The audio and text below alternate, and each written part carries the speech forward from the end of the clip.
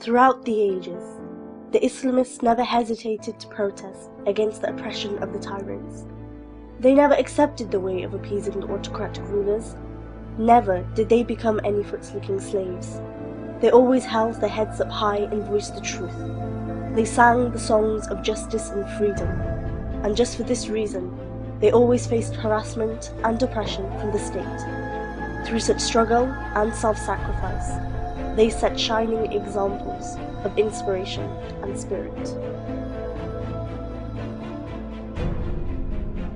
Among the stories of companions who suffered terrible persecution and torture for accepting Islam, Hazrat Khubayb radiallahu anhu was one of the prominent.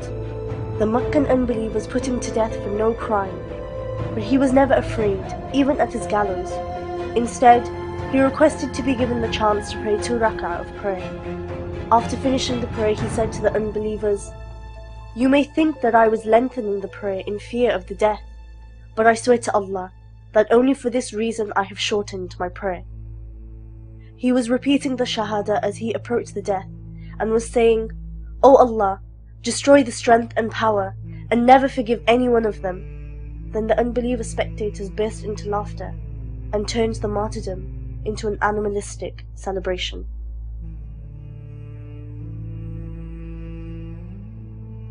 Omar Muktar was born in a remote village in Libya.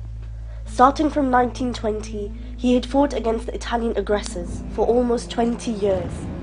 In an attempt to extinguish the independence campaign, the Italians captured him on the 11th of September 1931. Within 3 days, a show trial gave him the death sentence. When asked about his last wish, Omar Muktar recited the verse from the Quran, "Inna lillahi wa inna ilayhi raji'un."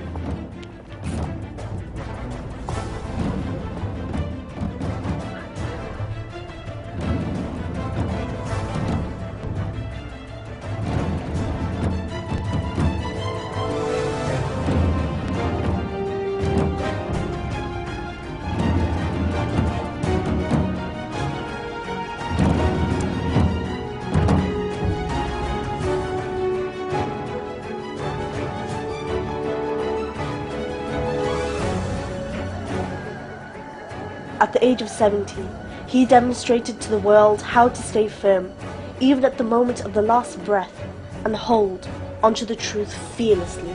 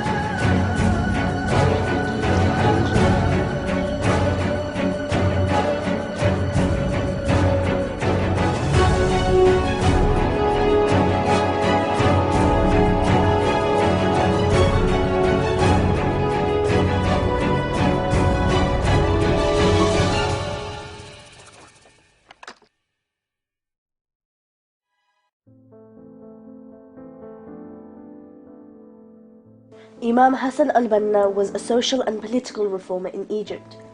He noticed how the Egyptian society was becoming immersed into materialism and detached from Islamic values as a result of Western influence.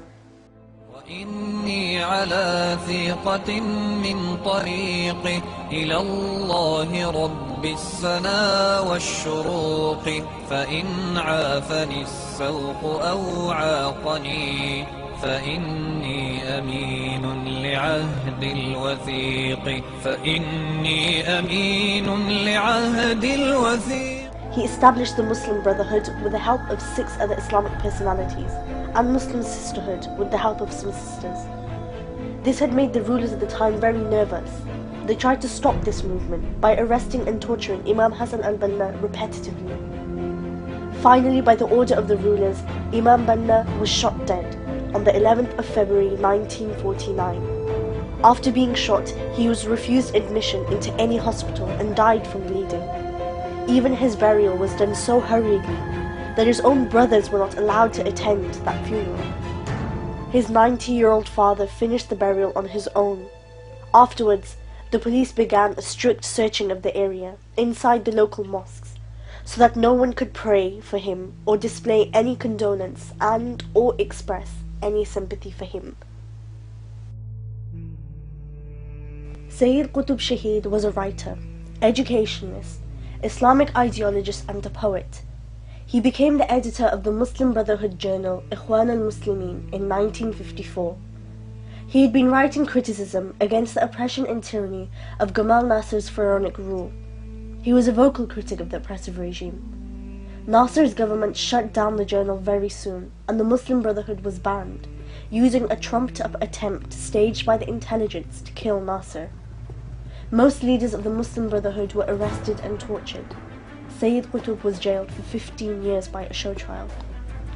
After that, he was arrested for the second time with his brother and 2 sisters, along with 20,000 members of the Muslim Brotherhood. They were tried in a special tribunal. Sayyid Qutb and his 2 associates were given the death sentence. He was asked by Nasser's staff to seek clemency from the government, but he replied, "I'm very surprised that the oppressed is being asked to seek forgiveness from the oppressor. I swear to Allah that if uttering some words can save me from the gallows, I am still unwilling to utter those words. I want to return to Allah in such a state that I am pleased with Him and He is pleased with me." He was martyred by hanging on the 29th of August, 1966. كفاح الكفاح طويا ينادي الكفاح الكفاح أخي إن ضربت علي الدموع وبللت قبري بها.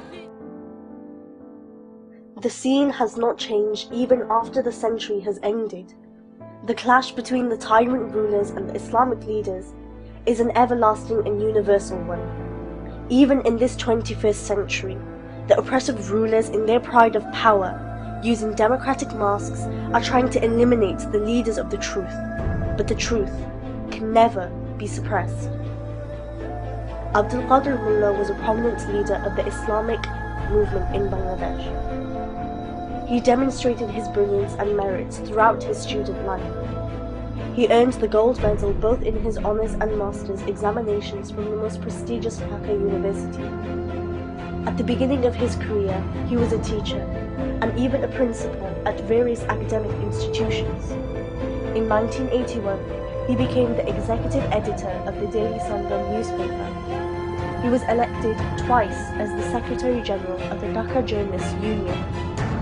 After the Awami League came to power in 2009, they planned to stay in power indefinitely. To eliminate any threat to their such goal, they started to arrest the prominent scholars, intellectuals, and politicians. In 2010, Abdul Qadir Mullah was arrested with false fabricated charges. Only because of his involvement in the Islamic movement, he became the target of the secularists. He was first given a life sentence in jail by the politically motivated show trial. But after that, even more despicably, the government changed the law to change that into a death sentence.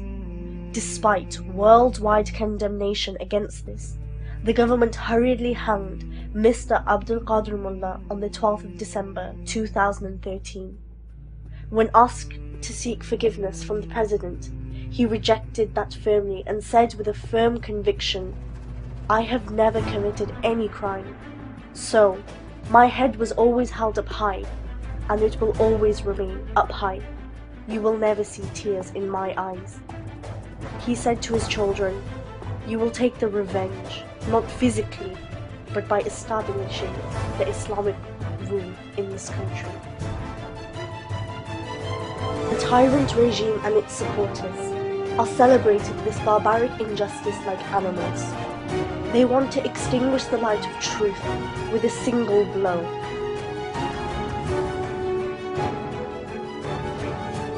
But throughout the ages, this light of truth had been kept alight by enlightened people, even by sacrificing their lives. Their only goal is the martyrdom.